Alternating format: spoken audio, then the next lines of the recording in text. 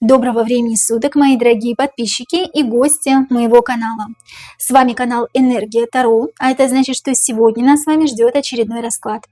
Перед тем, как мы начнем, хотела бы рассказать вам о нашем втором закрытом канале на Бусти. Слева сейчас появится QR-код, по которому вы можете перейти и за подписку всего в 299 рублей в месяц смотреть шок-контент и те расклады, которых нет и не будет здесь на YouTube-канале, потому что YouTube их может заблокировать, друзья.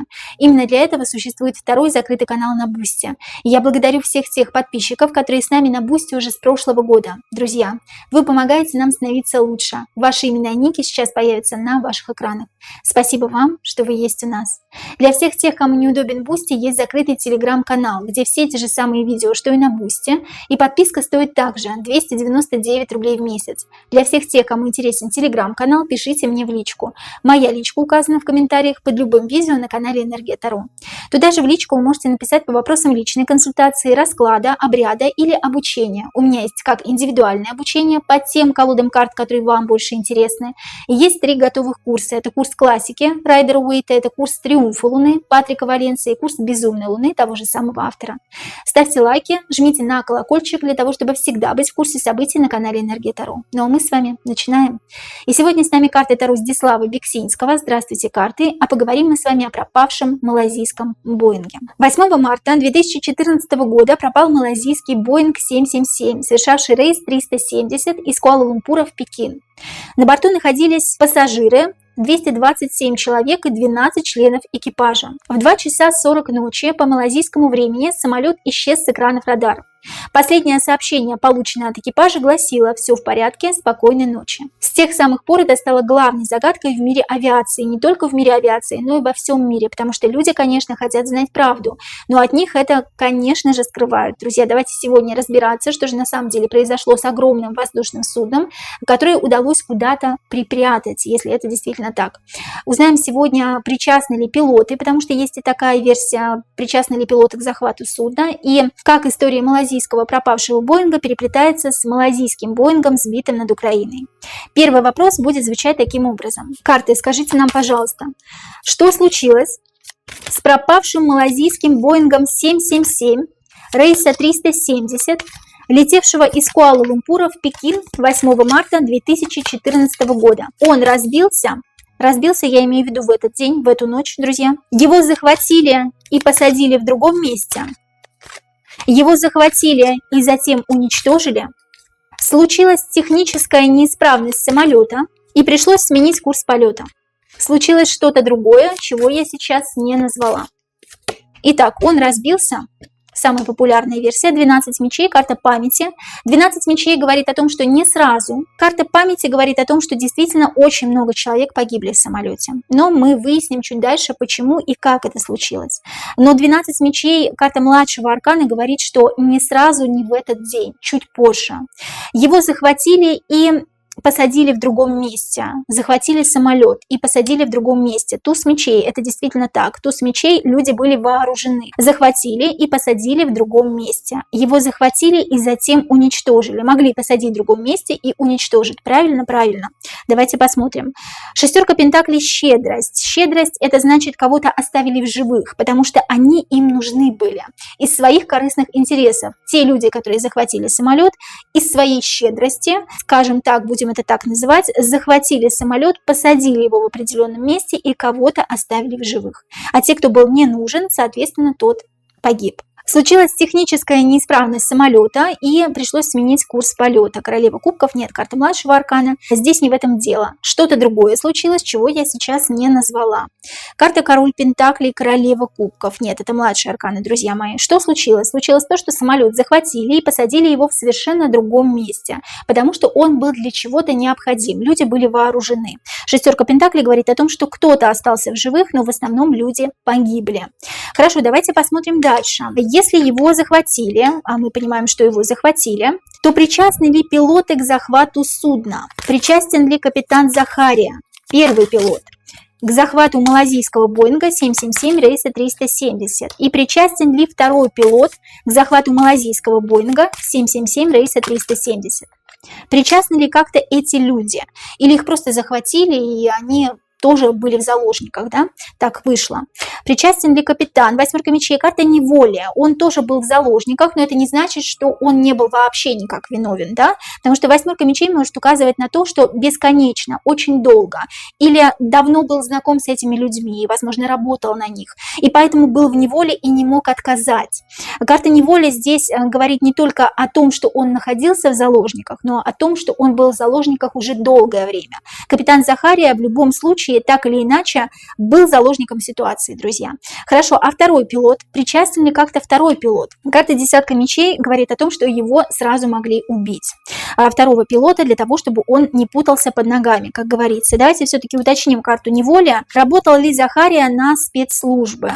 Или работал ли Захария на тех людей, которые захватили самолет? Мы понимаем, что это были необычные люди, да? Работал ли он на этих людей? Потому что карта неволи может отражать точно так же работу на этих людей. Карта планирования, да, действительно, он знал, что планировали захват самолета, он планировал это задолго до того, как его захватили, и он прекрасно знал, что эти люди будут на борту в эту ночь. Поэтому, друзья, да, действительно, он на кого-то работал, но не мог, к сожалению, никак отказаться от участия в этом инциденте, потому что был с ними заодно и был давно с ними повязан. Сам ли пилот, то есть мы понимаем, что капитан Захария только остался в живых, да, сразу убили второго пилота, сам ли капитан Захария вел самолет, когда его резко развернули направлением в другую сторону. Сам ли он вел самолет? Карта рыцарь кубков, он сам выходит. Да, рыцарь кубков еще человек, который что-то знает, да, разбирается. В кубке очень много эмоций, такое ощущение, что переживал, волновался, перенервничал. Самолет посадили, где-то посадили, да, его захватили, где-то посадили, мы помним. Где его посадили? Это какой-то секретный остров со взлетной полосой, готовый к приземлению воздушного судна на своей территории. Малазийский Боинг посадили на своей территории, друзья. Вот на своей территории, откуда он? Откуда сам самолет? Интересно, да? Интересно. Он остался на своей территории. Откуда вылетел, туда и прилетел, собственно говоря.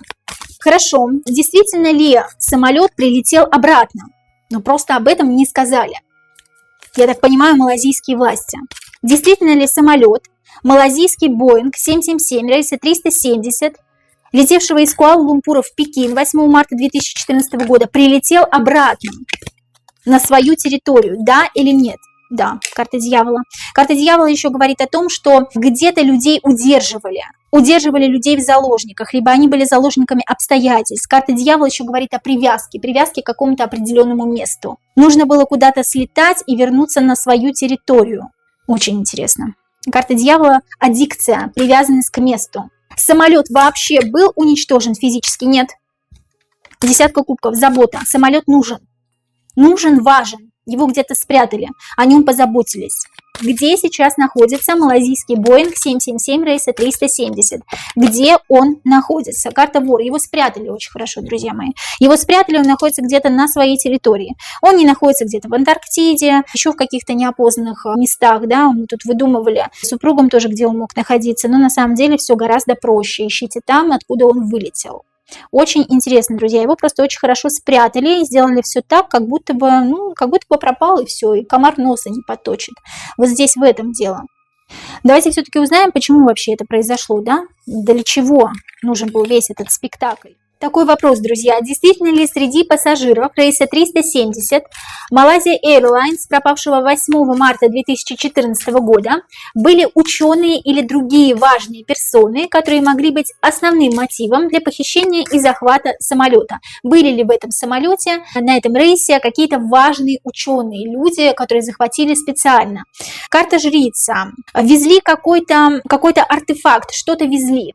Какую-то информацию очень важную, может быть, на каком-то носителе. Или какой-то человек вез в себе важную информацию, этот человек очень был нужен, важен. какой-то исключительный человек, жрец. Жрица – это верховный священнослужитель, тот человек, который устанавливает связь между живыми людьми и богами, мирами духов. То есть там был какой-то очень важный человек, действительно это было так. Что случилось с пассажирами рейса 370, пропавшего 8 марта 2014 года?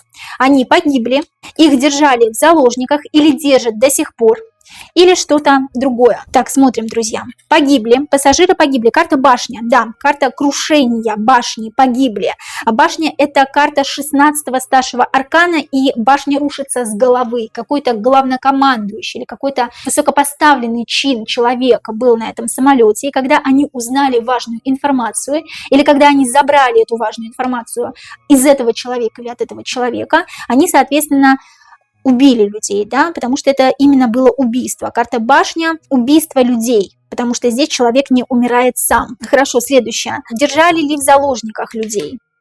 Карта Луна. Держали какое-то время определенное. Здесь даже было МК Ультра, применение какого-то гипноза, каких-то манипуляций, махинаций какие-то проводились над людьми для того, что им что-то сказали. То есть был какой-то человек, который должен был выведать информацию или что-то другое.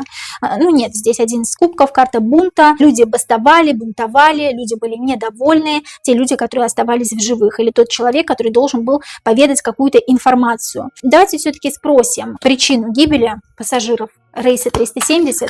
Мы с вами тут сейчас гадаем, да, то, что их убили, а вдруг нет. Причина гибели – разгерметизация в салоне. Такая версия тоже была. Разгерметизация в салоне. Нет. Тройка кубков. Была идиллия, все было хорошо в салоне. Убийство пассажиров. Было убийство пассажиров. Пассажиров рейса 370 Malaysia Airlines убили. Да или нет? Карта 12 кубков, поддержка. Какое-то время держали, я же говорю, да, не сразу убили. Держали в заложниках какое-то время. Сейчас в заложниках их нет, потому что случилась башня. Действительно ли погибли, убили? Действительно ли убили пассажиров рейса Malaysia Airlines, рейса 370? Действительно ли убили? Убили на своей территории, причем привезли обратно. Зачем они делали этот круг? Зачем самолет Malaysia Airlines рейса 370, самолет 777, зачем он делал круг и затем прилетел обратно в Куала-Лумпур? Для чего это было нужно?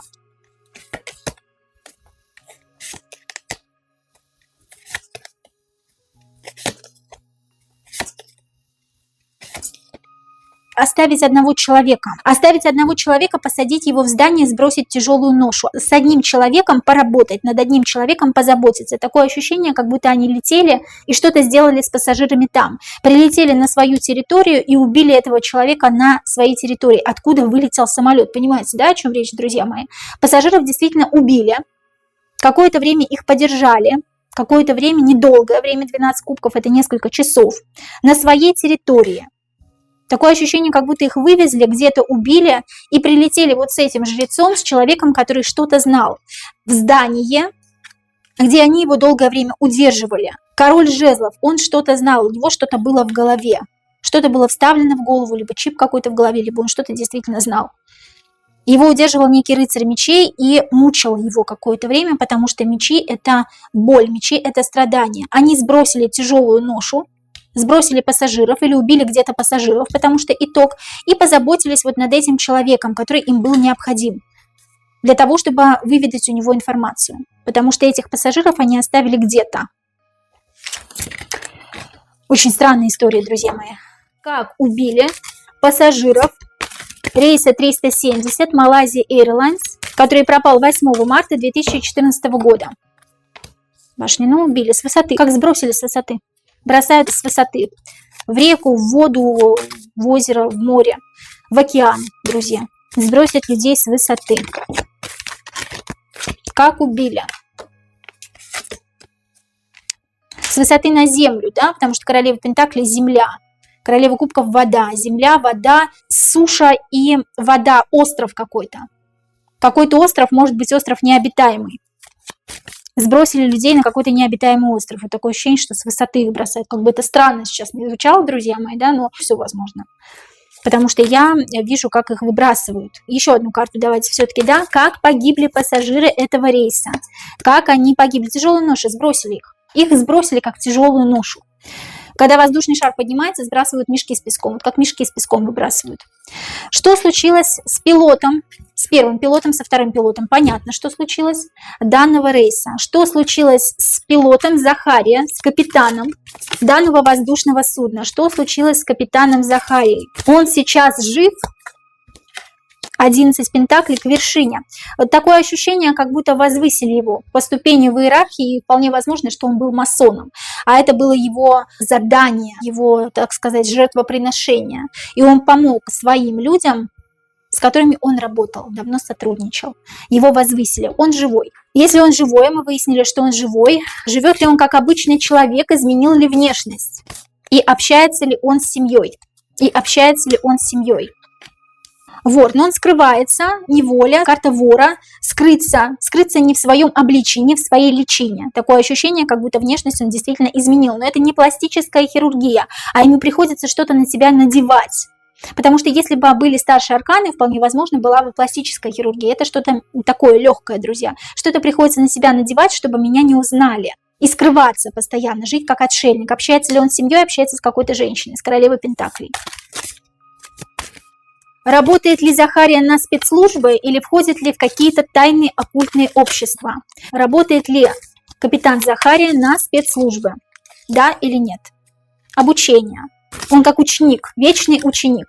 Его возвысили, но он еще не дошел до той ступени, где бы он действительно был вхож во все абсолютно тайны спецслужб. Но да, в любом случае единичка мечей говорит о том, что он относится каким-то образом к структурам, потому что мечи — это структуры. Мечи — это полиция, ФСБ, КГБ, спецслужбы и так далее, друзья мои. Да? Это все, что относится к спецслужбам. Но он проходит какое-то обучение или прямо сейчас проходит какую-то практику или обучение. Вхож ли капитан Захария в тайные сообщества, в тайные оккультные сообщества? Король кубков. Король кубков сам вышел, да, вестник. Да, вхож, он такое ощущение, как будто он мелкая сошка и как будто он доносит какие-то вести. Он доносит какие-то вести или летит по каким-то заданиям. Вот ему дали задание, он идет на какое-то задание. Вхож ли он в тайные оккультные сообщества? Да, нулевой старший аркан Шут. Такое ощущение, как перерождение у него сейчас идет. Перерождение, обучение, переосмысление.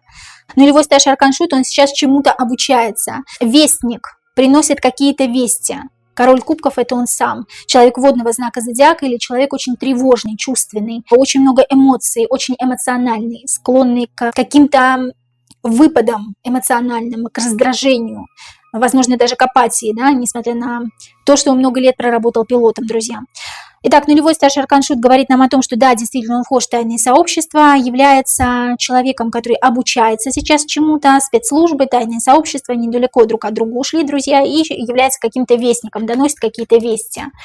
Посыльный, вот можно так о нем сказать. Посыльный, живет и здравствует. Следующий вопрос. Для чего капитан Захария сообщил диспетчеру за несколько минут до пропажи самолета, на какой высоте находился самолет 2 раза? То есть он 2 раза. Один раз сообщил ему, на какой высоте находится самолет, и второй раз сообщил ему. Этого делать не нужно было, потому что хватило бы только одного раза. То есть для чего он 2 раза сообщил диспетчеру, на какой высоте находится самолет. Он подавал сигнал СОС. Все, возможно, друзья, может быть, действительно он хотел дать понять диспетчеру, что там находятся другие, чужие люди. И таким образом избавиться от них. Он хотел подать сигнал СОС. Он подал сигнал своим сообщникам или что-то другое. Он подал сигнал своим сообщникам, звезда, на далекое расстояние, потому что его сообщники были не только в самолете, но также они были еще где-то. Что-то другое нет. Здесь и младший аркан выходит. Друзья мои, хотел подать сигнал своим сообщникам, те, которые находились на дальнем расстоянии, на дальней дистанции. Каким образом самолету удалось скрыться с радаров? И это сделали из самолета. Убрали его с радаров, да, самолет. Это сделали из самолета, соответственно, капитан это мог сделать. Это сделали с диспетчерской, потому что они тоже вполне могут быть причастны, я даже уверена, что они причастны. Была неисправность самолета, что вряд ли, или что-то другое. Это сделали из самолета, что самолет пропал с радаров. Это сделали с диспетчерской. Не имели такой возможности, нет. А рыцарь жезлов, кстати, может говорить, что это действительно сделали из самолетов. Какой-то человек, какой-то мужчина. Была неисправность самолета, стопроцентная нет. или это что-то другое. Тройка пентаклей – руководство. Под руководством кого-то некий рыцарь жезлов, соответственно, из самолета сделал так, что самолет пропал с радара. Все очень просто. Следующий вопрос. Кто заказчик этого похищения? Кто заказчик этого похищения или человека, который находился в этом самолете, да? Кто заказчик похищения самолета Malaysia Airlines? Какая-то определенная страна или страны? Власти Малайзии? Глобальное правительство? Или кто-то другой? Кто заказчик этого похищения? Какая-то определенная страна или страны? Да. Туз мечей. Власти Малайзии? Да. Глобальное правительство? Да, или что-то другое, друзья мои. Тут планирование совместное, скажем так, да, какая-то страна или страны, и тут нам выходят власти Малайзии, да. Сама Малайзия, то есть Malaysia Airlines, власти Малайзии, они к этому причастны напрямую. Они знали, что на их самолете кто-то полетит. Туз жезлов говорит о глобальном правительстве, потому что оно также знало об этом, но не участвовало конкретно в этом эксперименте, скажем так. Или что-то другое показывает нам планирование совместное. То есть все друг с дружкой договорились. Хорошо, мотив какой? Мотив похищения этого самолета. Какой основной мотив? Правосудие. Совершить правосудие. Месть какая-то. Нужно отомстить, совершить правосудие, какие-то документы отнять, какие-то документы, потому что юстиция это всегда говорит, практически всегда говорит о документах или о каком-то носителе, флешка, диск или то, что в голове у человека. Что-то нужно вскрыть, что-то нужно забрать. Это ни в коем случае не должно дойти до властей или для кого бы то ни было еще. До людей. Самое главное, да, это не должно дойти до людей. Какая-то информация не должна дойти до людей. Какой мотив? Самый главный мотив похищения самолета Malaysia Airlines. Какой самый главный мотив? Паш Пентаклей. Мужчина. Мужчина, а у мужчины что-то есть внутри. Что-то заложено внутри. Или, возможно, даже действительно заложен чип внутри, да, в голову. Программирование какое-то этого мужчины, да. Мужчина важная шишка, важная фигура. Хоть он и вышел пажом, но тем не менее с этого мужчины все началось бы. Потому что Паш Пентаклей здесь как начало создания идеального человека, идеальной структуры или идеального человечества. И с этого мужчины бы все началось, если бы не захватили этот самолет и не остановили бы этого мужчину, который был на борту. На борту был какой-то жрец. Паш Пентаклей, он для них как мелкая сошка, которая что-то очень серьезное знает. И они не должны были это допустить, друзья. Обломки, обнаруженные на берегу Индийского океана. Чуть позднее схожие с самолетом рейса 370.